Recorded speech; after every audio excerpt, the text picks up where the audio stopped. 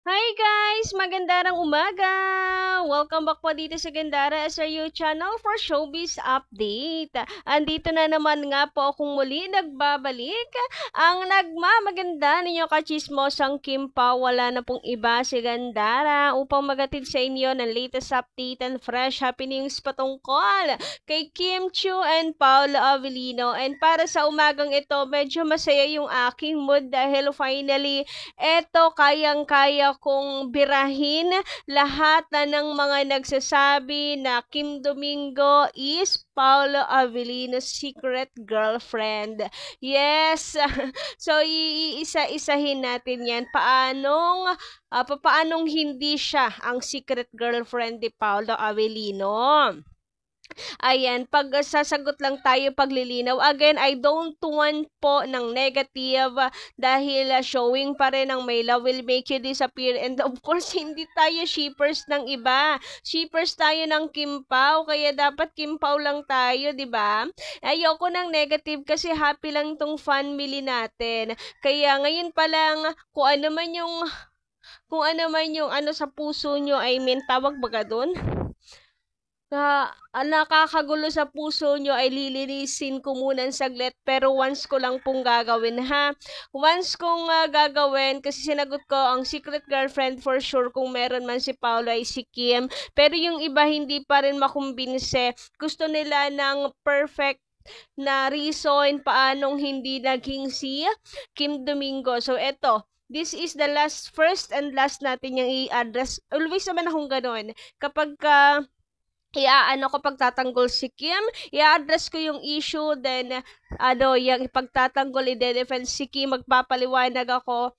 And kung ayaw niyo para sa explanation na yun, bahala kayo sa buhay niyo. Ibig sabihin, nagbibingi-bingihan at bulag-bulagan pa rin kayo.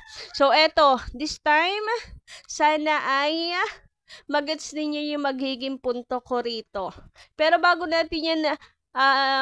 tayo magsimula, sa mga hindi pa nakaka-subscribe dito sa akin channel, maaari lamang napindutin po ninyo subscribe button at notification bell na nandiyan sa baba kung kayo po ay ka-Kim Pao family namin at taga-abang ng updates kay Kim and Paolo.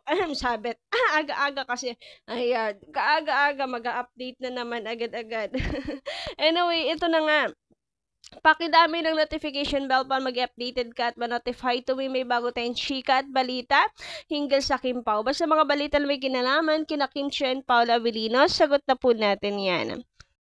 So, buena manong comment po muna tayo from Marilay Denise de la Paz. Sabi niya dito, thank you Miss Gandara, ngayon naliwanagan na rin sa wakas na walang secret girlfriend si Paolo. Makakatulog na rin ako sa wakas. Hindi na ako iiyak pa. Thank you, Gandara. Ay, thank you, Lord pala. Ay, inangkin yung pagpapasalamat kay Lord. Iba ka. Lokaret ka talaga, Gandara. Anyway, ayun nga. Matapos natin magbigay po ng assurance na kung may secret girlfriend man si Pao, si Kim yon, dahil based lang naman ha sa kilos nila Paolo and at sinasabi ni Pao, ay wala naman talaga siyang ibang nakakasama kundi si Kim, and gusto pang makasama kundi si Kim. Basta kasama si Kim, 'di ba? Sabi nga ni Paolo, kahit saan. Anyway, may nag-comment naman kagabi, sabi dito from Madam Lord, ano daw? Nawindang ako dun sa Lord Dita pa, Lord Dita Malaluan. Shout out. Good morning din po sa inyo. Wala pa akong galit or anuman ha. Ito na may mga katanungan lang din naman. Parang mas nagiging daan para mas mapunta tayo sa katotohanan. Like this, Miss Gandara, nakita mo na ba ang video ni Pao and Kiam? Anong comment mo? Ayan, nagtatanong siya sa comment. And thank you so much for addressing this kasi buong akala ko, wala kasi akong pakialam sa iba. Nakasabi ko nga sa inyo, nakakulong ang buhay ko. Nakakulong talaga. Kina Kim and Paolo. So, doon lang ako may pake. Then, ayun pala, nakasama na pala ni Pao si Kim Domingo pala talaga sadya. So, napa-research nga ako. Thank you so much sa comment. Video daw ni Kim and Paolo. And eto yung nakita kong video. Ewan ko kung meron pang video kayong tinutukoy. Pero, eto yung nakita ko. Yung pagbeso ni Paolo and Kim Domingo. Anyway, may sagot pa pala dito sabihin nga natin, hala, intriga na naman yan.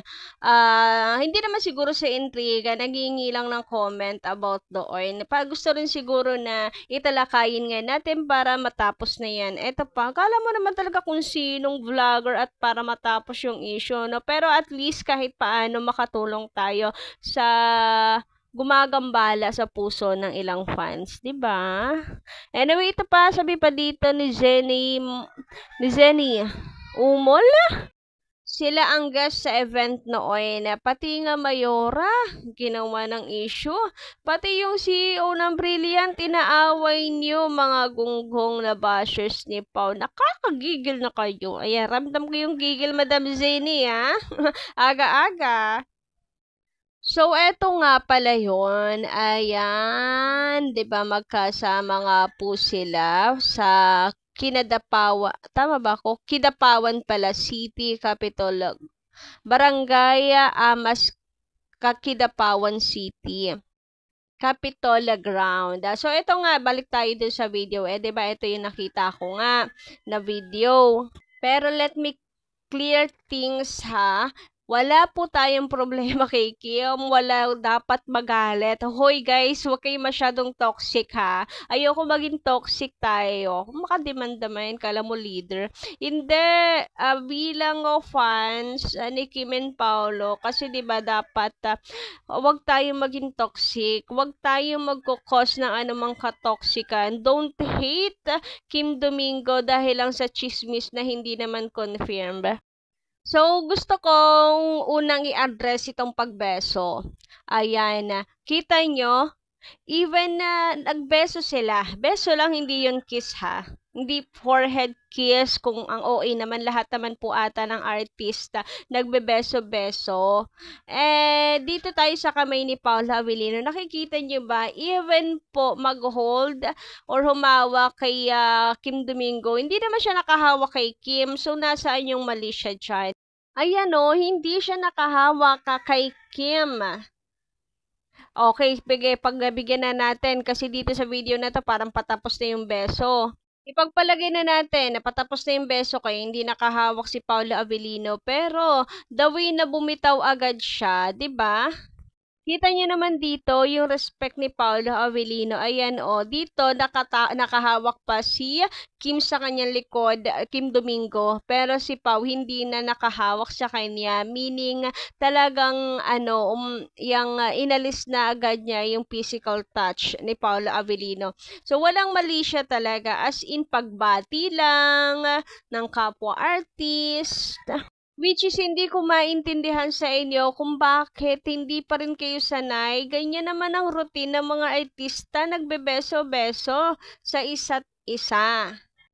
And eto pa, sa picture taking, hindi naman sila magkasama. Ayan o guys, mga pictures na nakita natin online. Hindi naman sila magkasama. And nung dumating, hindi rin naman sabay dumating. Magkaiba.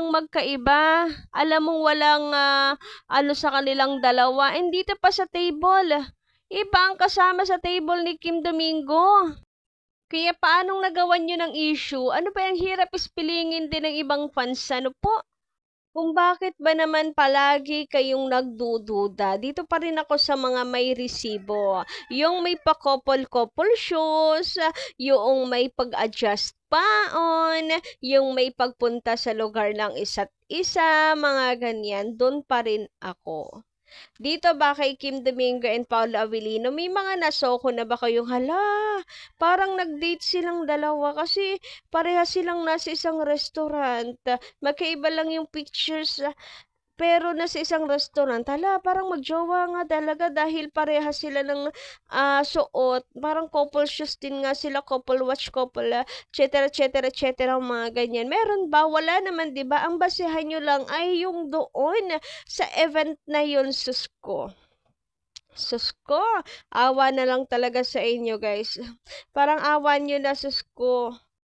Maawa kayo sa self nyo, kayo na rin ang bubugbog sa utak nyo at ang nagpapa-stress sa utak nyo kahit wala naman kayong dapat na ika-stress. Basta ako dito pa rin ako sa mga may resibo, ebidensya, halos araw-araw magkasama, buong araw, nagja-jogging, nag-workout, ayan, may mga events, tapos ikukwento pa na may ka-dinner, may ka-date si Paolo, tas wala namang mailapag na ebidensya.